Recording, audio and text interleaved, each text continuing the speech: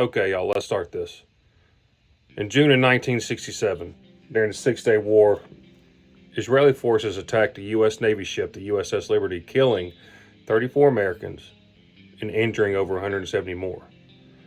Now, Israel claims this was a tragic mistake, but here's the twist.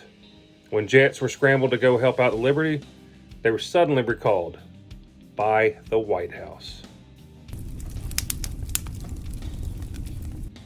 So on June 8th, 1967, Israeli fighter jets and torpedo boats attacked the USS Liberty, a U.S. spy ship operating in international waters. Now, this boat was clearly marked with American flags, and survivors said the attack lasted for over an hour. Now, Israel later apologized, saying this was a mistake. They mistook the ship for an Egyptian vessel. The U.S. accepted the explanation, but suspicions remain, especially because of what happened next.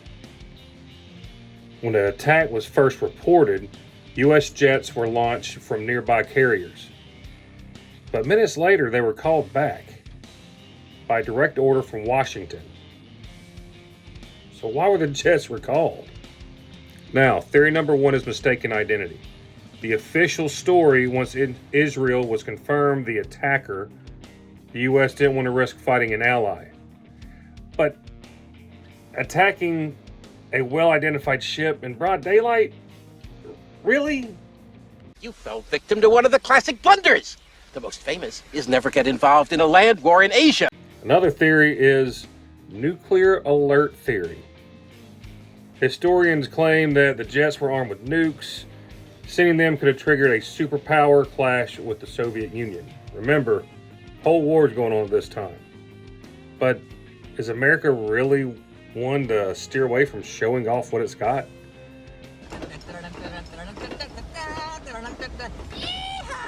Now, another theory is political realism. Johnson didn't want to damage U.S.-Israeli relations, especially during the Cold War in Vietnam. It's better to bury the incident than spark global chaos. Now, this attack on the Liberty still remains one of the most controversial moments in U.S.-Israeli history. The survivors state that this was no accident.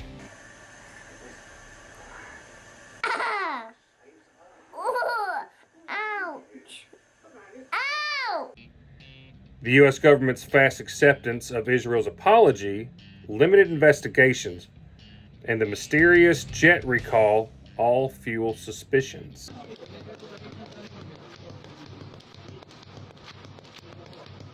Now, was this a tragic mistake or a deliberate act covered up to protect an ally? Also, why did we allow someone to touch our boats?